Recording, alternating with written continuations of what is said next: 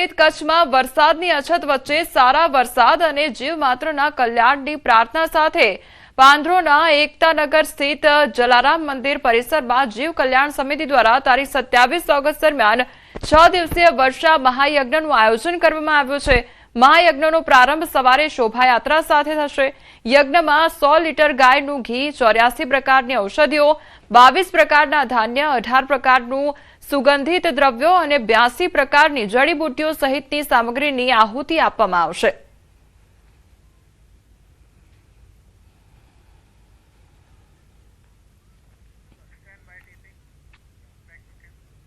આ તરફ દ્વારકા જિલ્લામાં વરસાદ ખેંચાતા ખેડૂતોની ચિંતા સતત વધી રહી છે। ખંભાળિયા તાલુકાના હરિપર ગામે મેઘરાજાને રીઝવવા ગ્રામજનો અને ખેડૂતોએ 2 દિવસની અખંડ રામધૂનનું આયોજન કર્યું છે।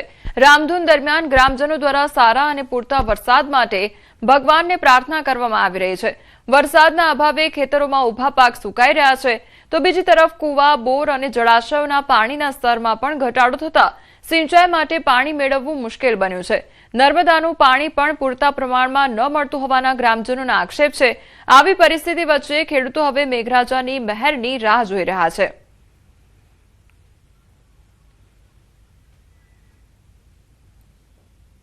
વરસાદ પડ્યો તો જેના હિસાબે ખેડૂતોએ હિંમત કરી અને વાવણી વાવી દીધી છે પોતાના રિસ્ક ઉપર। વરસાદ તો બિલકુલ થયો જ નથી અને અત્યારે હાલમાં પણ વરસાદ નથી, તો અમે આખા ગામ હરિપર આખા ગામે સંપી અને રામધૂનનું નક્કી કર્યું છે। 24 કલાકની અખંડ રામધૂન બેસાડી છે અમે લોકોએ। કંઈક ભગવાન વરસાદ દે તો એમની પ્રાર્થના કરી છે ને સરકારને અમે પ્રાર્થના કરી કે થોડોક રાહત દે તો અમે બહુ સુખ થાય, નકર અમારા તો ખેંચાઈ ગયા એટલે કંઈ અમારી પાસે તો કંઈ છે નહીં અત્યારે। આજે જોઈએ તો સૌની યોજનાનું પાણી દેવભૂમિ દ્વારકા જિલ્લામાં સરકારે પણ છોડ્યું નથી, અને જો સરકાર પણ સામે જોતી નથી અને જે પાકનું વાવેતર થયું છે એ સંપૂર્ણ નાશ અત્યારે સુકાઈ જવામાં ઉપર છે, અને અમે અત્યારે ભગવાન ભરોસે છીએ। આ હરિપર ગામમાં વરસાદ છે નહીં અને અત્યારે જે વાવ્યું છે કુદરતે દીધું છે થોડું પણ અત્યારે સુકાય છે। એના માટે કંઈ હવે ભગવાન જો દયા કરે તો સારી વાત છે। સાબરકાંઠા ઈડર નાગરિક બેંકની સામાન્ય ચૂંટણી માટે મતદાન, ત્યારે 20 ઉમેદવારો બેંકના ડિરેક્ટર બનવા માટે મેદાને છે। શાંતિપૂર્ણ રીતે મતદાન પ્રક્રિયા જારી છે। ચૂંટણીને લઈ ઈડર પોલીસ દ્વારા ચુસ્ત બંદોબસ્ત પણ ગોઠવવામાં આવ્યો છે। તો મતદાન અગાઉ ચૂંટણી અધિકારીને લઈ મામલો કોર્ટે પહોંચ્યો હતો। મતદાન બાદ મોડી સાંજે મતગણતરી પણ હાથ ધરવામાં આવશે।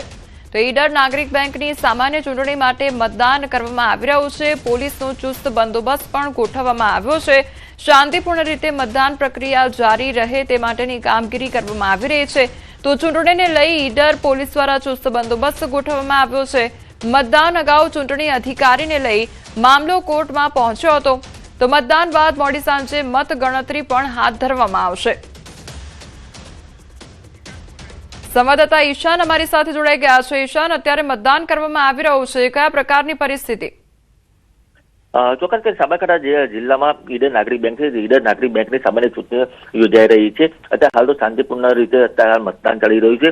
નોંધનીય છે કે મતદાન અગાઉ ચૂંટણી અધિકારીને લઈને મામલો કોર્ટે પહોંચ્યો હતો, પણ સમગ્ર મામલે અત્યારે હાલ તો જે શાંતિપૂર્ણ સાથે ચૂંટણીનું મતદાન થઈ રહ્યું છે, અને આજે સાંજે જ જે મતદાન પૂર્ણ થયા બાદ મતગણતરી પણ હાથ ધરવામાં આવશે।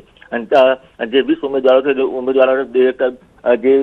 ઉમેદવારો છે એ મેદાને છે અને 20 ડિરેક્ટરની ચૂંટણી યોજાશે। જી ઈશાન, સમગ્ર માહિતી બદલ આપનો આભાર।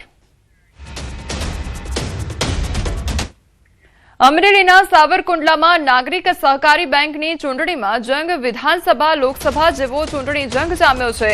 71 વર્ષ જૂની સાવરકુંડલા નાગરિક સહકારી બેંકની ચૂંટણીનું મતદાન શરૂ, તો 11 ડિરેક્ટરની બેઠકો માટે 27 ઉમેદવારો મેદાનમાં છે।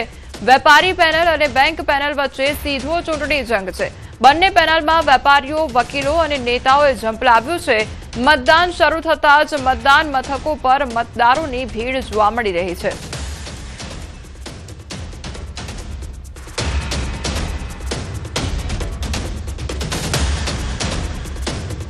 આજરોજ સાવરકુંડલા નાગરિક બેંકની ચૂંટણી યોજાઈ રહી છે। ટોટલ 11 ડાયરેક્ટરો માટે 27 ઉમેદવારો પોતાની ઉમેદવારી નોંધાવેલ છે અને 14,077 શહેર સભાસદો દ્વારા આજરોજ 11 ડિરેક્ટરનું ભાવિ નક્કી કરવામાં આવશે. શાંતિપૂર્ણ રીતે સભાસદોમાં ઉત્સાહપૂર્વક મતદાન થઈ રહ્યું છે. ચૂંટણીમાં ધારાસભા જેવો માહોલ એટલા માટે જોવા મળે છે કે આ બેંકનું કાર્યક્ષેત્ર પૂરો અમરેલી જિલ્લો છે.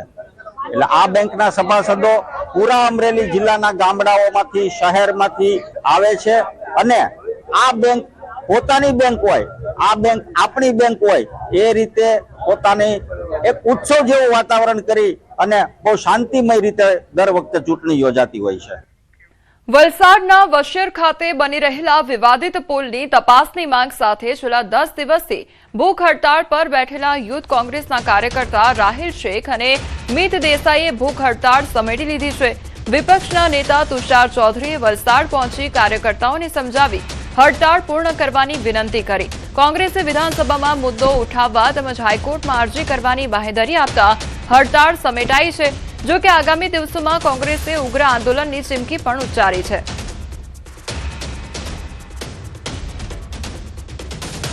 માત્ર એક વ્યક્તિને ધંધાકીય ફાયદો થાય એના માટે કરોડો રૂપિયાના સરકારી ફંડનું આંધણ કરવામાં આવ્યું હોય એવું લાગી રહ્યું છે. અને જે વિવાદાસ્પદ જમીન માટે બ્રિજ બનાવવામાં આવ્યો છે, ખરેખર તો એ જમીન જ સરકારે પહેલા ખાલસા કરવી જોઈએ, એ શ્રી સરકાર કરવી જોઈએ. એની જગ્યાએ સરકાર કરોડો રૂપિયા આપીને એનો કિંમત વધે એના માટેના સરકારના પ્રયત્નો થઈ રહ્યા હોય એવું લાગી રહ્યું છે. એટલે મારી પહેલી માંગણી તો એ છે કે દરખાસ્ત કરનાર પીડબ્લ્યુડીના અધિકારી સામે પણ તપાસ થવી જોઈએ. વડોદરા જિલ્લા ભાજપનો પ્રશિક્ષણ વર્ગ નીલકંઠ ધામ પોઈચા ખાતે યોજાયો હતો. જિલ્લા ભાજપ પ્રમુખ બીજે બ્રહ્મભટ્ટ, ધારાસભ્ય અક્ષય પટેલ અને ચૈતન્યસિંહ ઝાલાની હાજરીમાં દીપ પ્રાગટ્ય સાથે વર્ગનો પ્રારંભ થયો. કાર્યકર્તાઓને આધુનિક ટેકનોલોજી, સંગઠન મજબૂતી અને આગામી વિધાનસભા ચૂંટણી માટે બૂથ સબસે મજબૂત બનાવવા અંગે પ્રદેશના વક્તાઓ દ્વારા માર્ગદર્શન પણ આપવામાં આવશે.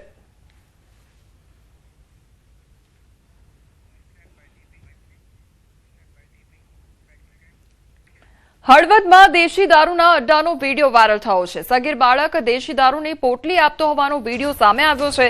દારૂના વેચાણ સ્થળે જ ગ્રાહકો દારૂ પીતા હોવાનો પણ દાવો કરવામાં આવી રહ્યો છે. નકલી દારૂકાંડ બાદ સરકાર સક્રિય થઈ છે, પરંતુ હળવદ પોલીસની કામગીરી સામે સવાલ ઉઠ્યા છે. વાયરલ વિડીયોને પગલે પોલીસની કામગીરી પર અનેક સવાલ ઉઠી રહ્યા છે. શું હળવદ પોલીસ દેશી દારૂના અડ્ડા બંધ કરાવવામાં નિષ્ફળ રહી છે, તેવા પણ સવાલ ઉદ્ભવી રહ્યા છે. સરકારના દારૂના અડ્ડા સામે દરોડાના દાવા વચ્ચે હળવદમાં અલગ જ સ્થિતિ હોવાનો આક્ષેપ કરવામાં આવી રહ્યો છે.